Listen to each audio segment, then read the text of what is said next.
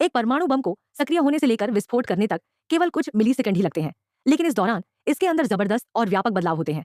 परमाणु बम पल भर में इतनी जबरदस्त विनाशकारी शक्ति कैसे छोड़ देता है? इसका रहस्य इसके अंदर की विशेष और जटिल संरचना में छिपा है।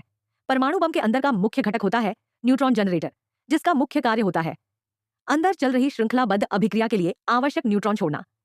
यह न्यूट्रॉन जनरेटर पिटोप्लेट और पिटोशेल से बना होता है, जिनके बीच बाहर की ओर नुकीले स्पेक होते हैं। इन स्पीक्स में रेडियोधर्मी पदार्थ मौजूद होता है। न्यूट्रॉन जनरेटर के चारों ओर लगभग 6 किलोग्राम प्लूटोनियम 299 की एक गेंद होती है, जिसका व्यास लगभग 9.2 सेंटीमीटर होता है।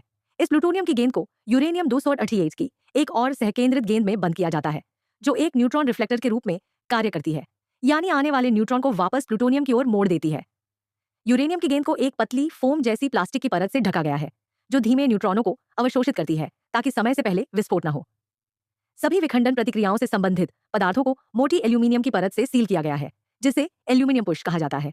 एल्यूमिनियम पुश को 12 विस्फोटकों से घेरा जाता है, जो 60% आरडीएक्स और 40% टीएनटी का मिश्रण होते हैं। हर विस्फोटक में एक डेटोनेटर लगाया जाता है।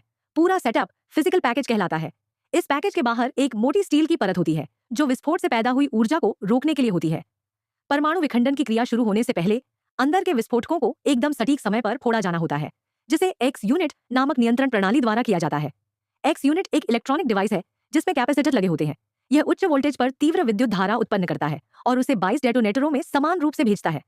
परमाणु बम का टाइमर, रडार नियंत्रक और अन्य नियंत्रण घटक एक विशेष सर्किट बोर्ड पर लगे होते हैं, जिन्हें अलग अलग पावर सिस्टम से ऊर्जा दी जाती है। बम की बाहरी सतह पर लगे सेंसर बम की स्थिति और वातावरण की निगरानी करते हैं।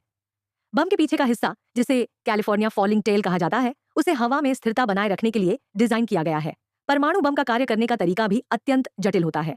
जब बम को विमान से गिराया जाता है तो टाइमर चालू हो जाता है और उलटी गिनती शुरू हो जाती है। 15 सेकंड बाद प्रेशर सेंसर और रडार सिस्टम सक्रिय हो जाते हैं।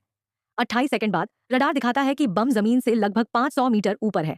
इस बिंदु पर बम के अंदर की इग्निशन प्रणाली सक्रिय होती है। एक्स यूनिट डिस्चार्ज होकर अंदर के डेटोनेटरों को फोड़ देती है।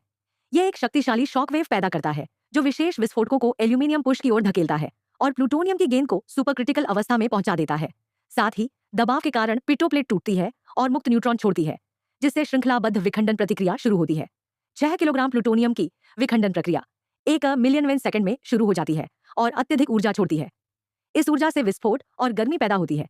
एक विशाल अग्निकुंड फायरबॉल बनता है, जिसकी तापमान 4000 डिग्री सेल्सियस से भी अधिक होती है। यह अग्निकुंड आसपास के क्षेत्र को तबाह कर देता है।